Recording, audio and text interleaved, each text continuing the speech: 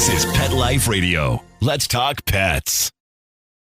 The views expressed by guests on this program do not necessarily represent the views of the host or owners of the Doggy Diva show and do not necessarily constitute endorsement of products. Medical information discussed by guests on this program are those of the guests and is only for informational purposes and should not replace medical advice by your local veterinarian professional. Hi, this is Susan Marie from the Doggy Diva show. This week, what you need to know about household poisons and your pets, and the importance of the human-animal bond. That's what's on our show this week. Let's get started. Hey, did you hear that? What is that? It's the bark heard round the world. The Doggy Diva show. Here's national award-winning author and animal advocate, Susan Marie.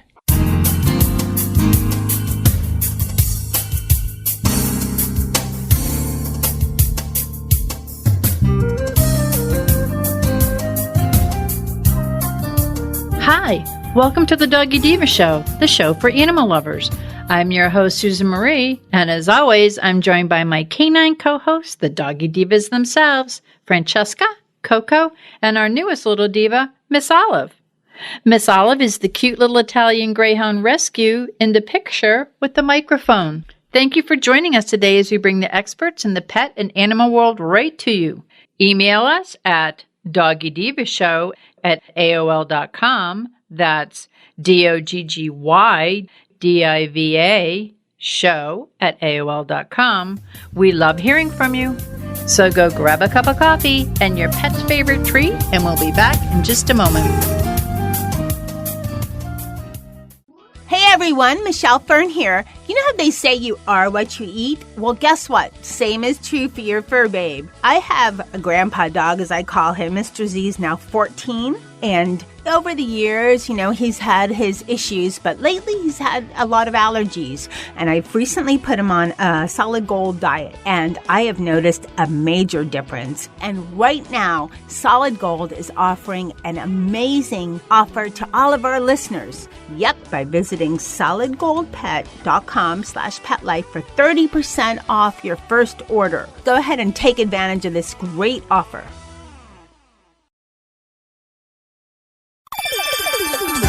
Let's Talk Pets on PetLifeRadio.com.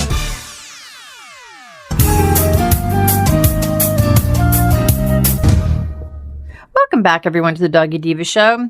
I'm here with Monica Leighton, president of Professional Pet Sitting, and with our pet tip of the week. And Monica, Pet Poison Prevention Week is here, coming up, actually. Can you tell us about some things that we need to be on the lookout for our pets to keep them safe? So one thing that you normally don't think of as something that we recommend all the time is peanut butter. You have to give a pill to a dog, you stick it in a little peanut butter, in it goes. If you need to clip nails, we'll stick peanut butter on the side of, a table or something to, give them a little treat so that way they're not so, upset when you're clipping a nail. So peanut butter is used a lot in pets. And Pet Poison Helpline and ASPCA actually put out a detailer on peanut butter recently because they've had more issues with it containing xylitol.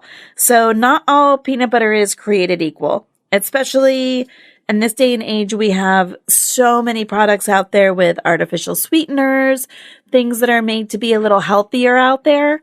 And that's great for us. However, for our canine friends, a lot of those artificial sweeteners and the lower sugar peanut butter products often contain a product called xylitol. Xylitol is very, very toxic to our pets. So some of the dangers in xylitol, they have a rapid drop in blood sugar, loose stool, seizures, liver failure, and unfortunately, a lot of the cases can result in the death of the pet. So if you do get any kind of ingestion and other things that contain xylitol, like chiclet gum, any kind of products that are out there made with like lower sugar or less sugar, things of that nature, whenever it talks about, contains less sugar or contains lower sugar, then usually it's an artificial sweetener as as opposed to real sugar. So then you worry about the xylitol products. But if your pet ingests xylitol at any amount, immediately get your pet to a veterinarian, get them in an emergency clinic. It says you can try rubbing corn syrup or maple syrup on their gums to raise the blood sugar levels if it is a xylitol poisoning. So when you're in the process to get into the emergency room, that'll help, with the drop in low blood sugar. And bring whatever package that, whatever product, your pet, ingested, whatever the, thing was, bring it with you, because that way they can tell exactly how much xylitol is in it. And, it'll help them, kind of diagnose how severe the situation is if they see how much is in there and also how much the pet ingested. And there's some great resources online. PetPoisonHelpline.com is a great site. ASPCA has a wonderful free app that you can download on your phone. So there's lots of things out there that can help you identify pet poisons. But definitely, keep an eye out on your peanut butters and the things that have any less sugars or artificial sugars, because they can be very dangerous for our pets. Well, thank you very much. And I'm glad you brought up the peanut butter, because I think I'm one of them. A lot of the times, the best way to get them to eat their pills is to hide it in peanut butter. But so to know that xylitol is hidden in there, it's very important to read the ingredients on any label, especially if you're giving it to your pets, because what is good for us or maybe could be toxic to your pet. So I thank you very much. And also I wanted to thank you for bringing up the app, because the ASPC app, I know that you and I talked about it before. I downloaded it. I keep it. It is like a godsend. So that's a great idea. Thank you so much, Monica, for these great tips. Thank you so much. Have a great week. Hello, everyone. Miss Olive and Sophia the Doggy Diva want to thank you for your amazing response to their special book, Miss Olive Finds Her Forever Home. And they want to let you know that Miss Olive Finds Her Forever Home is now available in both hardcover and softcover. And that's at Amazon.com. As Miss Olive says, woohoo, yippee! Thank you, everyone.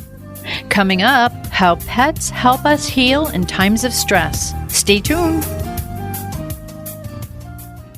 I have 2 dogs, Sam and Bailey. Both are golden retrievers. Poor Sam, he was a mess. Always itching. His paws were soaking wet all day from just constant licking. He had bald spots on his back. I just don't like putting shots and steroids into your dog all the time. DINOVITE.com. Dinovite is nutrition. Probably 2 weeks after he started Dinovite, I started seeing great improvements, and today 99% of his issues are non-existent. It's amazing stuff. Since Bailey has been 12 weeks old, he's been a Dinovite dog, and he has 0 issues today. He won't eat his food without Dinovite. When I get out the Dinovite, my dogs actually salivate, like I'm getting them a treat. They drool over it. Dinovite is the best thing you can do for your dog. You won't believe how happy your dog will be. I get my Dinovite from DINOVITE.com.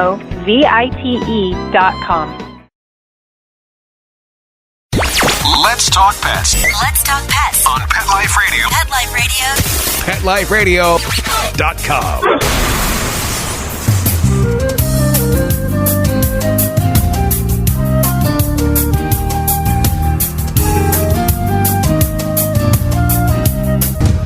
Welcome back, everyone, to the Doggy Diva Show. Animal Magic Films' mission is to capture and share stories that demonstrate the positive impact that therapy animals have on people. With us today is an award-winning author, certified human education specialist, and animal advocate with over 23 years in animal rescue, who is with us to share her latest endeavor in the world of animals, and is the founder of Animal Magic Films, Diane Rose-Solomon. Welcome back to the Doggy Diva Show, Diane. Thank you so much. It's such a pleasure to be back. Oh, this is so exciting what we're going to be talking about. But for the listeners who may not be familiar with your amazing work with animals, can you tell them a little bit about yourself? Sure. About 25 years ago, it's now 25 years, time is flying, we accidentally adopted our first dog. I didn't know anything about dog adoption back then. And it turned into learning about how many animals were being euthanized in the shelters 25 years ago, which is a much bigger number than it is now. It's much better. There's still animals that need homes, and it's not right. But at the same time, it's much better than it was way back then. And the more I learned, the more I realized that I wanted to be part of the conversation about how do we share that there's animals that need homes. And I began writing books about animal rescue. I joined the board of a small rescue and medical aid organization called Animal Guardian Society. And I just learned a lot. And then became a certified humane education specialist in 2009, and it was good training for me. A lot of the people with that designation are teachers or they work in shelters, but it was just good to get my feet wet, get a better understanding. And then I started writing books about animal rescue, and then the most recent one is called What to Expect When Adopting a Dog, and that was released in 2016, and that's still available. And then there was just more to tell, and what I'm most excited about at this point in time are these documentary films that I am going to be sharing with everybody. They'll start coming out this week, actually. In March. And it's really about the ways that animals help people. Sometimes it's in therapeutic settings. Sometimes it's not. Service dogs, therapy dogs, a pet it all counts. It all counts. So there's just so many applications to share. And there's a lot of science that I'll be sharing as time goes on as well. So it's really exciting. Well, you do so much and you're so highly regarded in the animal world. What was your inspiration for the Animal Magic films? Because you do, by the way, your book, What to Expect When You're Adopting, I do give that out to people who ask me, or I recommend it to people who are asking me about adoptions, because that's what this show's all about. It's about rescue and adoptions.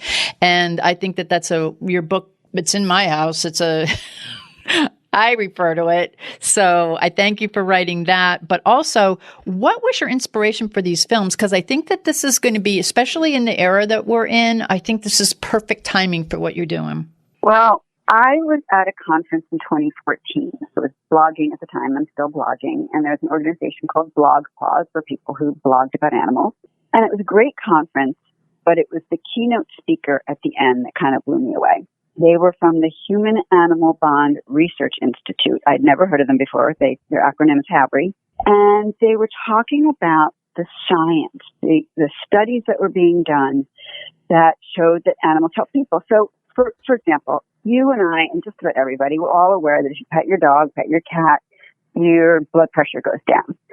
We're all familiar with that. What I wasn't familiar with was some of the other hard science. For example, they did a study, there's been a few studies about this, chemotherapy patients. They've got one group of people who just get regular chemotherapy. The other group also has regular visits from therapy dogs as they're going through the process. And it turns out that the people, as you might imagine, who get the regular therapy dog visit, they're doing better. They don't mind going to their chemotherapy. They feel less pain through their chemotherapy, and their outcomes are better, and they're healing faster. And I was sitting there listening to this and the other science and the other research that they were sharing, and my jaw was on the ground. And I'm telling you, my thought at the time, because I'm coming from an animal welfare background, was if more people knew how amazing animals were, how could we maybe be nicer to them? Could we be kinder to them? Could we respect them more? Could we integrate them better into our world as opposed to excluding them from our world? And then as the time went on, I thought, wow, how many more people could we help too? Because how many more people could benefit from therapy animal visits, whether it be in a hospital setting or not in a hospital setting? How many more people could potentially have access to service dogs that could really use a service dog? How many more people could enjoy equine therapy? And it's magic that happens. It's really magic that happens. And it just blew me away. And that was the impetus for starting all of this. Wow. And it's so true, because it is proven, and there are studies that show that when people are going through treatment, if there is an animal or a therapy animal present, or even their own animal present, that it decreases the stress level. And it actually, I think it would help you to heal. I'm speaking from a person who was in a traumatic car accident. My doctor actually prescribed a dog for me, and she's with me all the time. It's Olive. It helped me to get through my physical therapy a lot. I couldn't drive. My husband had to drive me everywhere. I mean, it was very, very bad. And I am now fine.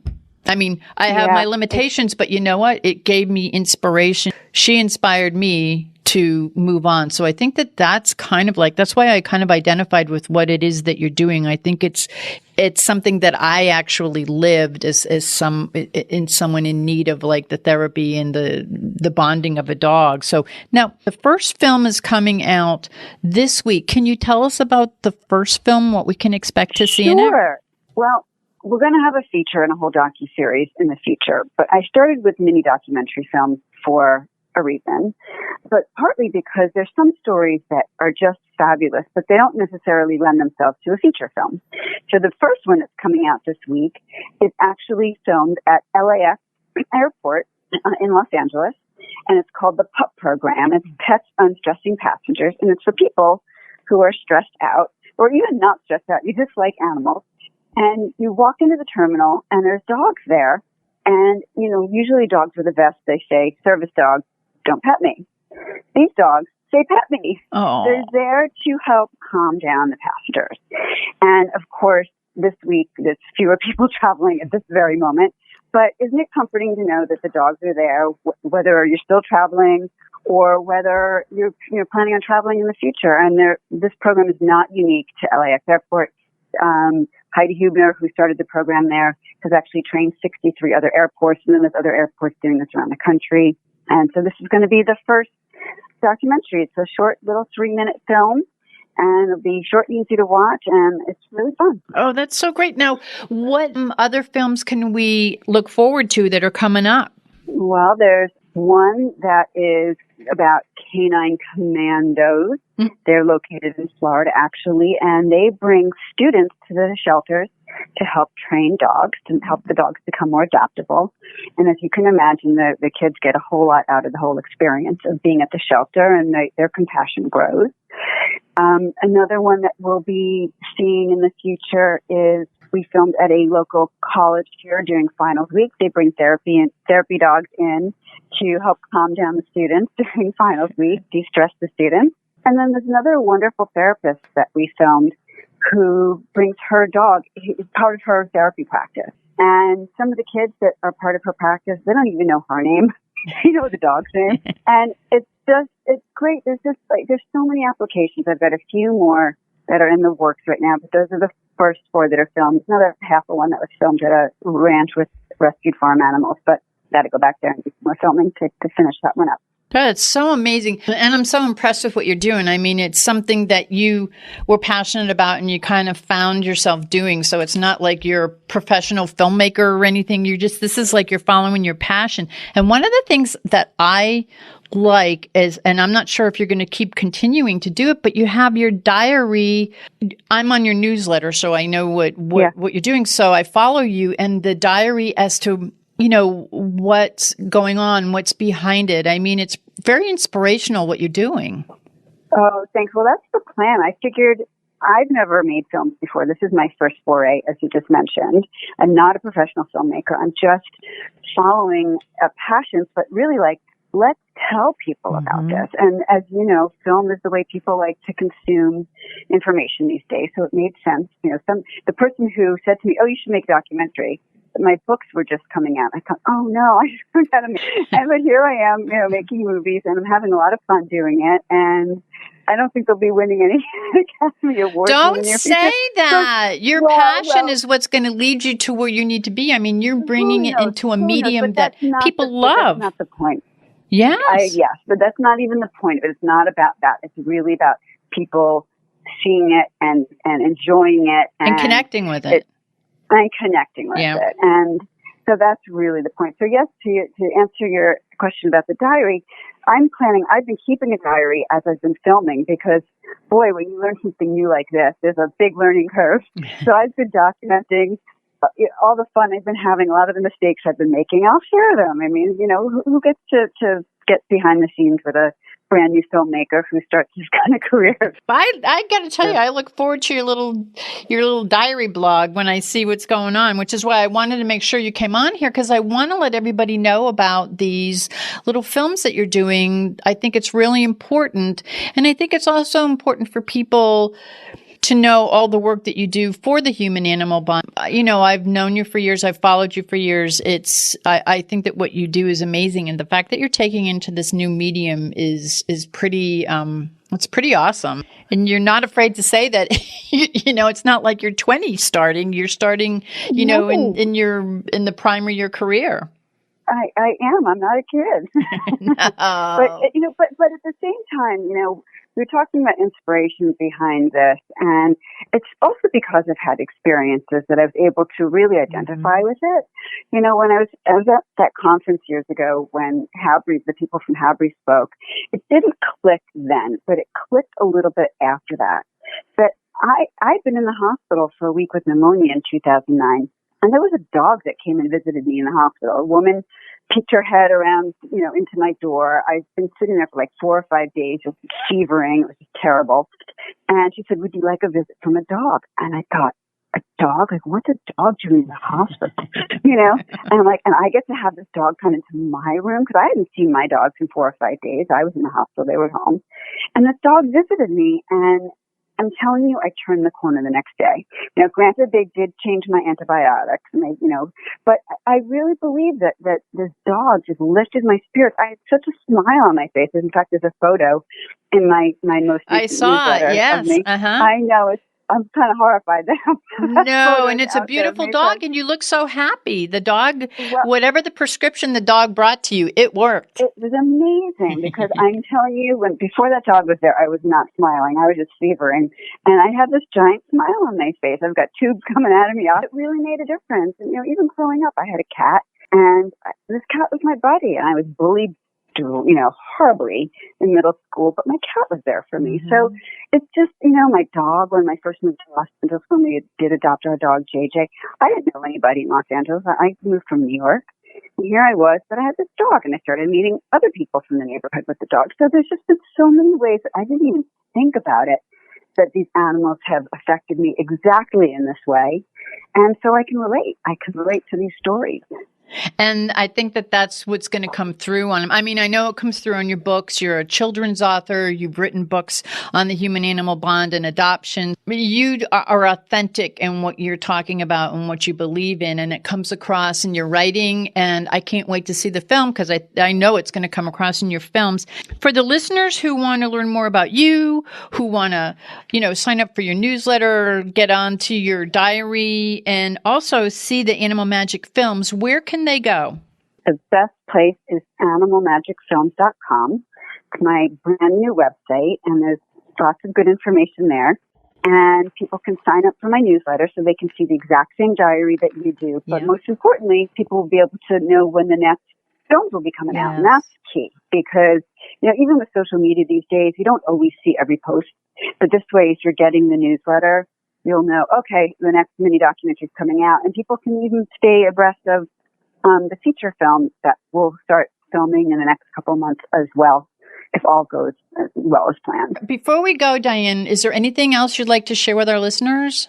Oh, I'm just so grateful to be here and be able to share this. And, it's still so important for us to be adopting animals. And another thing that I've learned so much, because we've, in the past, the only kind of animal that worked, for example, as a service dog was a purebred something. And I don't have a problem with that, because there's, in some areas, that's still the best option. But there's so many animals in the shelter that are working with therapy dogs and service dogs now. It's just remarkable. So they can be amazing pets, and they can even be therapy dogs and service dogs. And it's not about the breed or the size or anything. It's just about what they do to our hearts. That's so wonderful, and it's true what you say. Like I said, I have one here. Everyone around the community knows her. She goes with me everywhere and travels with me, and it's so I totally relate with what you're talking about, and I'm thinking that there's probably millions of people who are going to relate to your films and what you're talking about, and that wonderful human-animal bond, and for the listeners, the film will be available this week. Diane, where can the listeners go to see the film again? They can go directly to my website. It'll be up there, animalmagicfilms.com. It'll also be on my Facebook page, which is Animal Magic Films. It will be on YouTube, which is being set up right now. It doesn't exist yet. It will be set up right now. By the time that the film's out, it'll be available there. And I also have Instagram, which is actually under my name, Diane Rose-Solomon. So there'll be lots of places to find me. That's great. And we are going to have we're going to have it linked on our Facebook page, The Doggy Diva Show, so that it goes right to animalmagicfilms.com. And Diane, I want to thank you so much for being our guest today and for all of the inspirational work that you're doing for animals and for their human companions. What you're doing is great. And we'd love to have you back on further down the road so that we could talk about some more films you're doing and how it's impacted people. I'm sure that you're going to get some terrific feedback from people who are watching these and who are inspired, just like they have been by your books. They're going to be inspired by your films. You appropriately named it the Animal Magic Films because I do think it's going to be magic. That's wonderful. I'm really excited about it too. Thank you so much for inviting me back, and I can't wait to come back again. I'm looking forward to having you. Good luck. And everybody, enjoy the films and go to animalmagicfilms.com. We'll be back in just a minute. Coming up, what you need to know about household poisons and your pets. Stay tuned.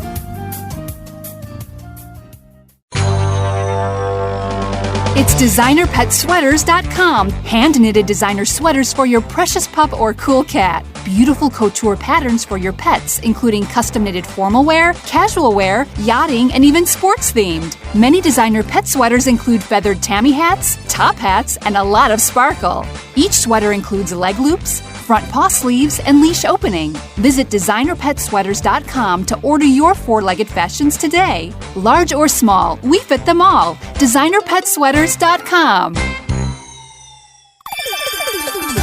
Let's Talk Pets on PetLifeRadio.com.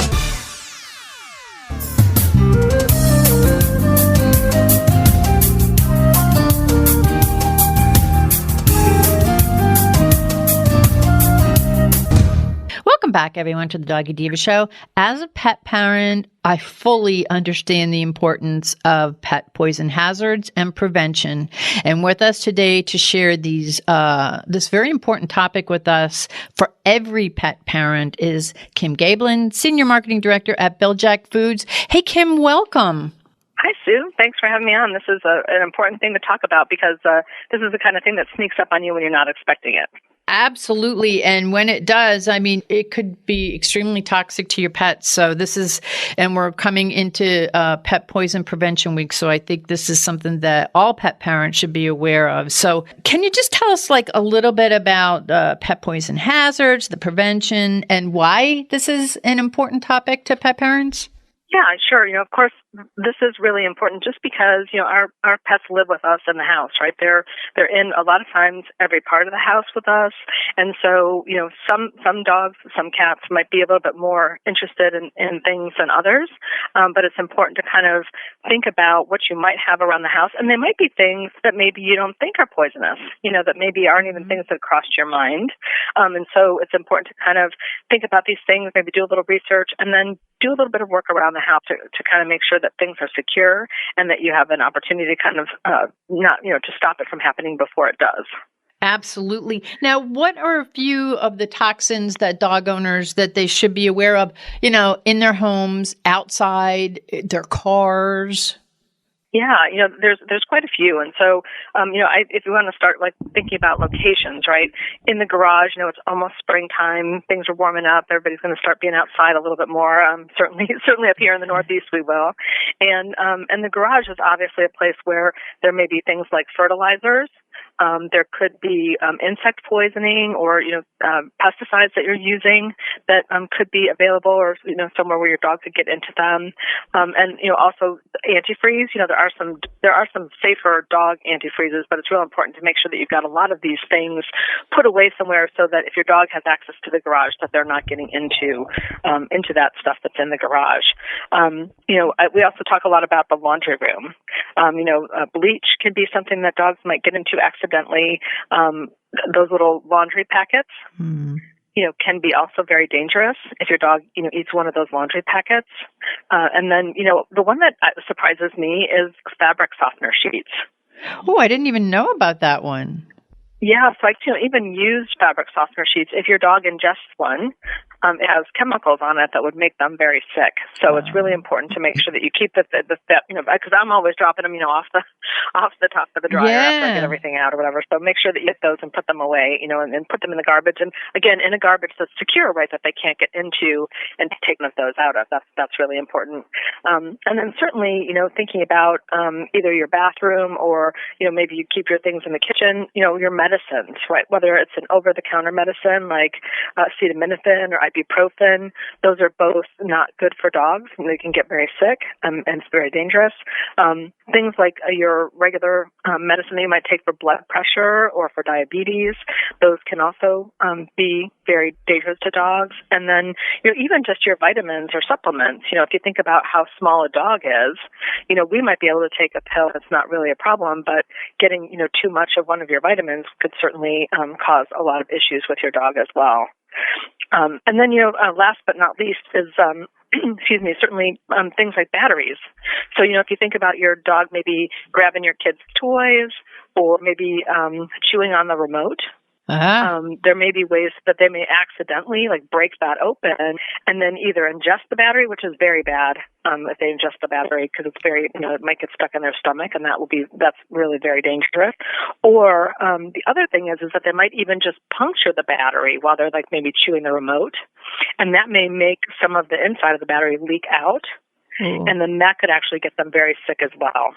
How can we ensure that our pups kind of lead a nice, long, happy life, barring, now that we're aware of these toxins, which are very important to be aware of? I hope that everyone took notes.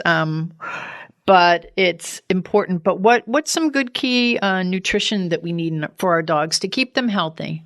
Yeah, so I think, in terms of preventative measures, like we talked about, I think it's important to dog-proof a house. Go through and move those breakables or chewables to air ground or behind a secure cabinet. If your dog likes to go in the cabinets, maybe get child-proof cabinet closers to kind of keep them out of there. Luckily, I don't have, mine's curious, but only on things he can get to, not on things he can get into, in a cabinet, so that's good. It's also important to have, your emergency vet number handy. You and I talk about this occasionally. It's great to be able to have, in the case of emergency vet numbers, I put an ICE vet number in my cell phone because that's a great way to be able to have it for you at home if you need the closest emergency vet to you, or even if you're out walking the dog or you're out at a dog park. It's really important to be able to get to a vet right away. So, you probably have your veterinarian in your phone, but if you put the ICE, that in case of emergency vet, in your phone, at least you'll have the emergency vet there, and you can also call them in case your veterinarian is closed. Oh, that's perfect. And it's very important because all these things always happen when your vet's not there.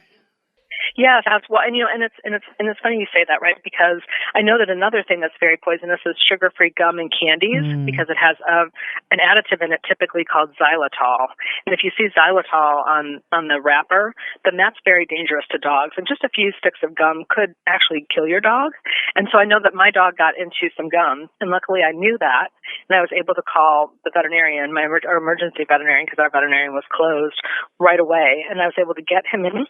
They were able to help him, and my story is a good story. So it's really important to be able to know what you need to do next, and they'll always be able to ask you those questions, right? About, are you seeing signs of them being sick? Like being vomiting or having diarrhea, upset stomach. Maybe they're looking weak or they're lethargic, maybe looking a little bit, like drunk, for lack of a better word, like maybe wandering around or kind of not walking very well. Those signs are really important, and knowing what they might have gotten into when you call them is also helpful to be able to then again react very quickly so that you can have a happy ending. Absolutely. And those are great signs what to look out for, too, because it's important because sometimes, you may not know you're in a moment of panic. So that's great information, Kim. Thank you. Where can the listeners go to learn more about Bil-Jac and all the great things you have going on there? Yeah, come out to our website. It's a great place to start. It's Bil-Jac.com, BIL-JAC.com. And we've got a dog blog out there. You can actually go out there and type in, poison or, dog poison prevention, and you'll be able to get some more information about what we've been talking about today. But we also have a lot of great other information on there as well, just about feeding your dog and nutrition, product information, where to be able to buy Bil-Jac products. So it's got a whole bunch of information out there that we really try to pull together to be able to help you and your dog live a long and healthy life together. And that's great. And also, what we talked about today is very important. You always want to make sure that you're aware of this stuff because, we're going into spring, things happen. And so these poison prevention tips are on the Bil-Jac website, which is Bil-Jac.com. Also, you have we talked about your newsletter. I love your newsletter, and you have so much available. And treats are sitting right here that my girls love. I know, my little boy loves them too.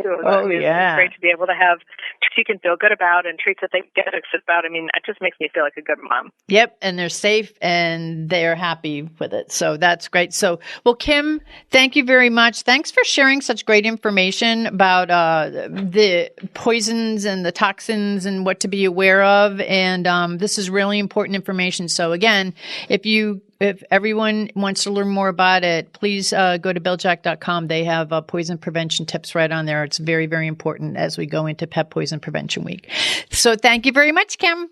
Thank you very much. And everybody, go out there, stay safe, and make sure that you go out there and do a quick run around the house to make sure everything's put away for your dog. Absolutely. Thanks so much. We'll be back in just a moment. Begging to hear more of your favorite show? Full episodes of all our shows are available on demand. Go to PetLifeRadio.com to fetch our entire lineup of Possum Pet podcasts. Also, dig us up in iHeartRadio and iTunes. Let's talk pets. Live and on demand, only from Pet Life Radio.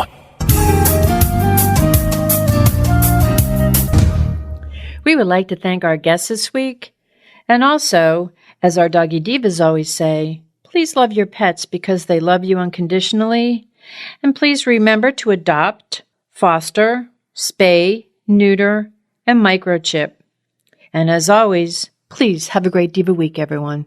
That's all for this episode of the Doggy Diva Show. To find out more, go to our website, thedoggydiva.com. Also, find us on our Facebook page, The Doggy Diva Show, and tell your fellow dog lovers about it. Don't miss Susan Marie, Miss Olive, and the Doggy Divas right here for the next episode. See you again soon.